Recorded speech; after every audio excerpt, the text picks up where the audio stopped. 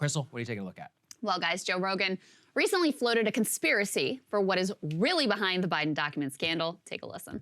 If I had to guess, they're trying to get rid of him. Yeah. That's what my guess would be. They're trying to get rid of him. If all of a sudden his own aides are sending these, instead of like taking these classified documents, which you have located, and go, well, let's not do that again, and fucking locking them up somewhere. His own aides?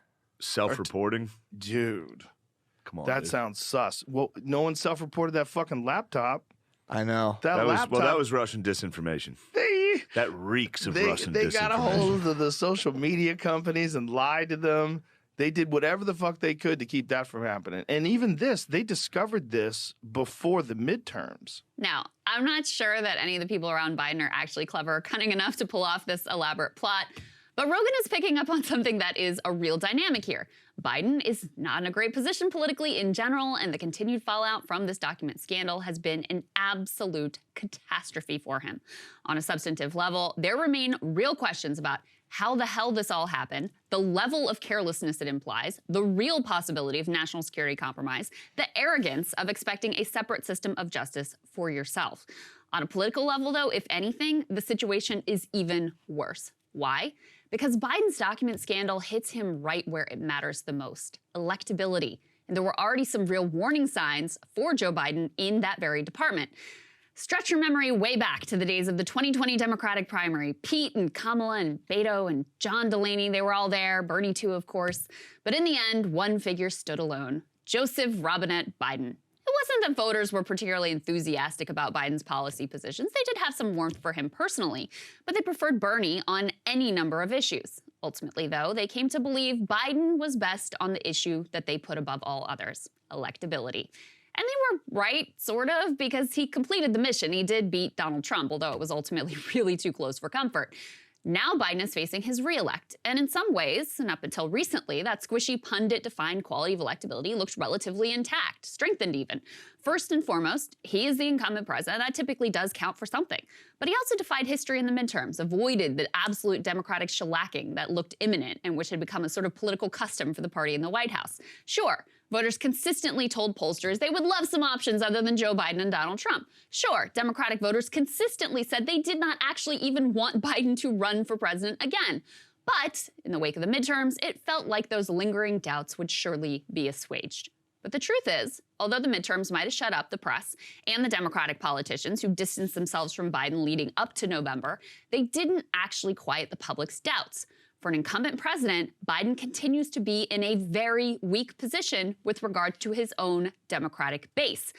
As a shocking example of how that weakness shows up in the numbers, there's a new poll that just came out testing a hypothetical 2024 Democratic primary in the key state of New Hampshire. Overall, you ready for this? 66% of New Hampshire Democrats say they are opposed to Biden running for a second term. Plus, and this makes me throw up a little bit in my mouth to say, but it's got Pete Buttigieg beating Biden by 5 points. What's even more notable is that Biden has actually lost ground in this poll since the last time they tested the waters. That was back in July. Back then, Biden only trailed Pete by 1.